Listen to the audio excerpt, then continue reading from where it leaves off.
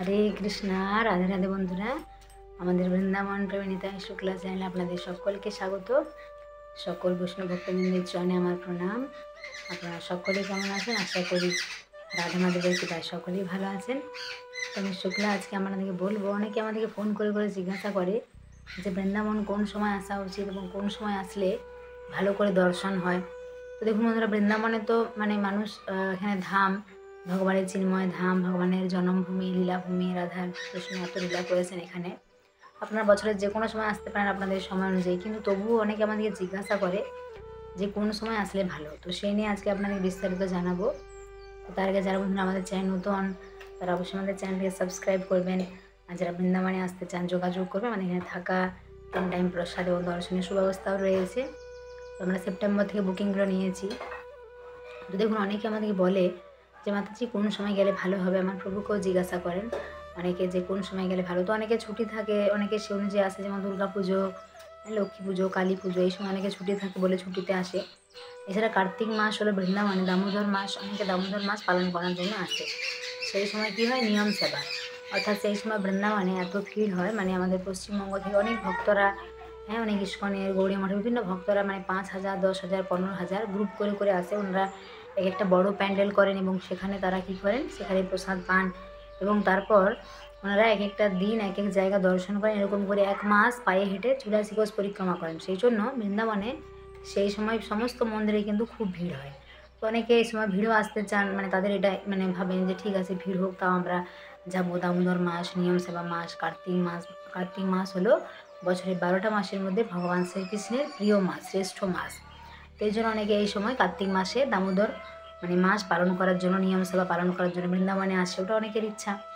অনেকে প্রতি বছর আসে বৃন্দাবনে, অনেকে তো সারা মাস থাকে। তো অনেকে সারা মাস সম্ভব নয়, কেউ 5 দিন, 7 দিন, 10 দিন এরকমও থাকে।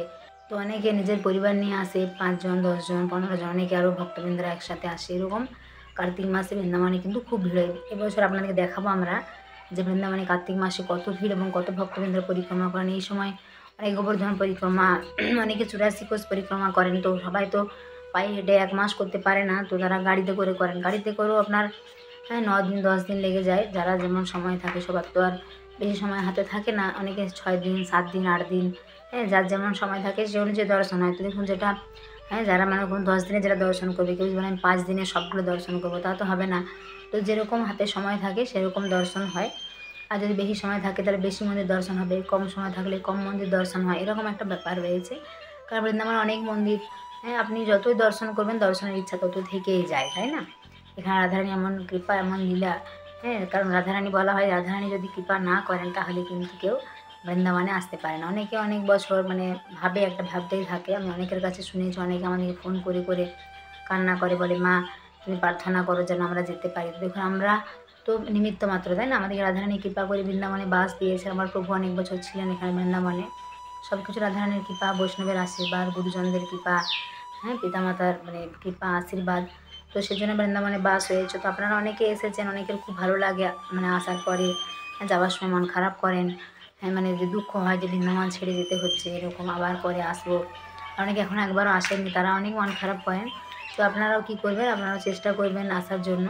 কারণ দেখুন, একবার যদি আপনি বৃন্দাবনে আসেন, এখানে বৃন্দাবনে ভগবানের এত লীলাস্থলী রয়েছে, সেগুলো দর্শন করে আপনাদের কিন্তু খুব ভালো লাগবে। কারণ যারা এসেছেন তারা বলেন যে আমাদের খুব ভালো লাগে। তো আপনারা এরকম আসবেন কোনো একটা সময়। তো দেখুন, এবারে আপনাদের বলবো, যারা যদি কেউ বলেন আমি কার্তিক মাসে যাবো, ঠিক আছে। যদি কেউ বলেন না আমি ভিড়ে যেতে পারবো না, অনেকে বয়স্ক থাকে বা একটু হয়তো তার অসুবিধা রয়েছে, সেরকম থাকে, তো তারাও তো দর্শন করতে চায়। তাদেরকে বলবো, আপনারা যদি ভিড়, যদি বলেন যে মন্দিরে কোন সময় ভিড়, তো দেখুন বৃন্দাবনে এমন অনেক মন্দির রয়েছে যেগুলো বাঁকে বিহারি, সেগুলো বছরের কিন্তু সারা বছরে ভিড়।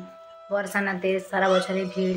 তারপরে আপনার প্রেম মন্দির, তবুও যদি ফেস্টিভ্যাল, যেগুলো ওকেশন হয়, যেমন জন্মাষ্টমী, রাধাষ্টমী বা ঝুলন, বা রাস পূর্ণিমা, কার্তিক মাসে যে অনুষ্ঠানগুলোর সময় একটু ভিড় বেশি হয়।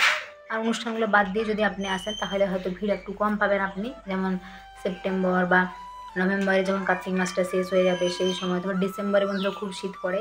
তো আমরা ওই জন্য অনেককে বলি যে যখন অনেক গরম থাকে, অতিরিক্ত গরম, মে জুন মাস বা সেই সময় গরমে না আসাই ভালো। কারণ দেখুন, আপনার একটা জায়গা আপনি দর্শন করতে এসেছেন, তো গরমে যদি আপনার কষ্ট হয়, তখন আপনার মনে হবে সেই কষ্টের কথা ভাববেন নাকি দর্শন করবেন, তাই না? হ্যাঁ, এরকম একটা ব্যাপার রয়েছে। তারপর ঠান্ডার সময় যখন ডিসেম্বরের 15 থেকে জানুয়ারির 15 বৃন্দাবনে খুব ঠান্ডা। তবু অনেকে আসে, তারা বলে আমাদের ঠান্ডা মানে এই সময় ছুটি থাকে বা এরকম একটা ব্যাপার থাকে, সবার নিজের নিজের ব্যাপার।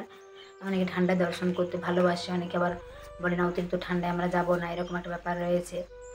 তো আপনারা যদি বলেন অতিরিক্ত ঠান্ডায় যাব না, তাহলে ডিসেম্বরের 15 থেকে জানুয়ারির 15 আমি বলবো অতিরিক্ত ঠান্ডায় যদি না আসেন তারপরে আসতে পারেন। যেমন দোল পূর্ণিমা বন্ধুরা বৃন্দাবনে 1 মাস ধরে হয়, মানে বসন্ত পঞ্চমী যেটা আমাদের সরস্বতী পুজো, হ্যাঁ সেই দিনে শুরু হয়, এবং যে দোল পূর্ণিমা যেদিন হয় গৌর পূর্ণিমা সেদিন পর্যন্ত কিন্তু বৃন্দাবনে দোল হয়, এবং খুব বড় অনুষ্ঠান হয় দোলে। এক এক দিন এক এক জায়গায় হয়, একদিন নন্দগ্রামে হয়, একদিন গোবর্ধনে, একদিন রাধা মানে আমরা মানে বর্ষানাতে হয়, বৃন্দাবনে হয়। এরকম করে 1 মাস ধরে দোল উৎসব চলতে থাকে বৃন্দাবনে। তো সেই সময় অনেক ভক্তবৃন্দরা আসে, কারণ অনেকের ইচ্ছা থাকে যে বৃন্দাবনে দোল উৎসব দর্শন করব। হ্যাঁ, তো এরকম অনেক ব্যাপার রয়েছে। তো আপনাদের মানে সময় অনুযায়ী আসবেন। তবু আমরা যদি কেউ বলে যে মানে ভিড়টা এড়াতে চায়, মানে এত ভিড় ভক্ত মানে অনেকের ভিড় পছন্দ হয় না, বা মন্দিরে দর্শন যদি কেউ বলে প্রথমবার যাবো ভালো করে দর্শন করব, তাহলে ভিড়ে ঠেলাঠেলিতে তো দর্শনে একটু অসুবিধা হয়, তাই না? ভালো করে যদি আমি ভগবানকে দর্শন করতেই না পারলেন, তাহলে একটা কেমন লাগে। যেমন আমরা জানি অনেকে বাঁকে বিহারী মন্দিরে গিয়ে ভালো করে দর্শন করতে পারে না ভিড়ের জন্য। তো বাঁকে বিহারী মন্দিরে বেশিরভাগই ভিড় হয়, তবু ভগবানের কৃপা, হ্যাঁ আপনি যদি একটু অপেক্ষা করেন তাহলে কিন্তু আবার দর্শন হয়। তো এরকম করে সবাই ভক্তরা দর্শন করে, অনেকে ভিড় হারিয়েও যায় আবার, হ্যাঁ খুঁজে পায়, এরকম অনেকের হয়। আমরা শুনেছি, অনেকে আমাদের বলে ফোন করে করে যে প্রেম মন্দিরের মাথায় যে আমরা হারিয়ে যায়, বা বাঁকে বিহারী মন্দিরে হারিয়ে যায় ভিড়ের জন্য। তো আপনারা যদি ভিড় এড়াতে চান, যে মানে ভিড়ে আসবো না, তাহলে আপনারা যে ওকেশনগুলো যে ফেস্টিভ্যালগুলো হয় আমাদের, হ্যাঁ সেইগুলো বাদ দিয়ে যে মানে ফাঁকা সময়গুলো রয়েছে সেই সময়গুলো আসতে পারেন, তাহলে একটু ভিড়টা কম পাবেন। বা গরমকালটা বা ঠান্ডা, অতিরিক্ত ঠান্ডা এই সময়গুলো বাদ দিয়ে আসতে পারেন, তাহলে ভালো। তো এরকম করে অনেকে আমাদেরকে ফোন করে করে জিজ্ঞাসা করে, তো সেই জন্য আজকে আমি এই ভিডিওটা হ্যাঁ আপনাদের জন্য মানে মানে এটা রেডি করলাম। আর অনেকে আমাদেরকে ফোন করছেন, তো আমরা কয়েকদিন একটু ব্যস্ত ছিলাম বলে ফোনগুলো ধরতে পারিনি। তো আমরা ঠিক আবার আপনাদেরকে কল ব্যাক করে নেব। আর সামনে আসছে রাধাষ্টমী, আপনারা সুন্দর করে পালন করবেন। তো আমরা এখান থেকে দেখাবো আপনাদেরকে বৃন্দাবন থেকে। হ্যাঁ, রাধাষ্টমী এখানে আপনারা রাধারানীর অভিষেক দর্শন করতে পারবেন। আমি একটা ভিডিও দিয়েছি অলরেডি রাধাষ্টমী নিয়ে, আপনারা সেই ভিডিওটা দেখে নেবেন। তো সকলে ভালো থাকবেন, সুস্থ থাকবেন। আর যারা বন্ধুরা আমাদের চ্যানেল নতুন, তারা অবশ্যই আমাদের চ্যানেলকে সাবস্ক্রাইব করবেন। সকলে ভক্তিপথে জুড়ে থাকবেন ভগবানের, কারণ দেখুন ভগবানের যে কৃপা আশীর্বাদ, তাই না, সেটা আমাদের কিন্তু সকলের দরকার। আমরা সবসময় ভগবানের সেবার সাথে যুক্ত থাকবেন। আর যারা বৃন্দাবনে আসতে চান যোগাযোগ করবেন। সকলে প্রেম সে বলুন রাধে রাধে, বৃন্দাবন ধাম কি যায়। তো এখন বন্ধুরা বৃন্দাবনের আবহাওয়াটা মানে অতিরিক্ত গরমও নয় আর ঠান্ডাও নয়। তবে এখন হ্যাঁ আপনাদের একটা বিষয় বলার, যে বৃন্দাবনে অনেক জায়গায় কি হয়েছে, যে আপনাদের যে জলটা ছেড়েছে মানে দিল্লি থেকে, যেটা আপনার উত্তরাখণ্ডে বন্যা হয়েছে, বা হরিয়ানায় যে মানে যে বন্যা অতিরিক্ত জল, তো সেই জল ছাড়ার কারণে বৃন্দাবনে কিছু জায়গায় হ্যাঁ জল এসেছে, অনেক একটু সমস্যা রয়েছে এই সময়। হয়তো কিছুদিন পরে সেই সমস্যাটা মানে কেটে যাবে। তো এগুলো দেখুন প্রকৃতির ব্যাপার রয়েছে, তাই না? খরা বা বন্যা বা জল, এগুলো প্রকৃতির নিয়ম, এগুলো তো মানুষের কিছু হাতে নেই। তো এই পরিস্থিতির মধ্যেও সবাইকে থাকতে হবে। আর আমাদের পশ্চিমবঙ্গ অনেক জায়গাতে এবারে অনেক বৃষ্টি হয়েছে, অনেকে আমাদের ফোন করে করে বলেন যে মাতাজি আমাদের এখানে বন্যা হয়েছে, মানে পশ্চিমবঙ্গ অনেক জায়গাতে। তো সকলে সাবধানে থাকবেন। সকলে প্রেম সে বলুন রাধে রাধে।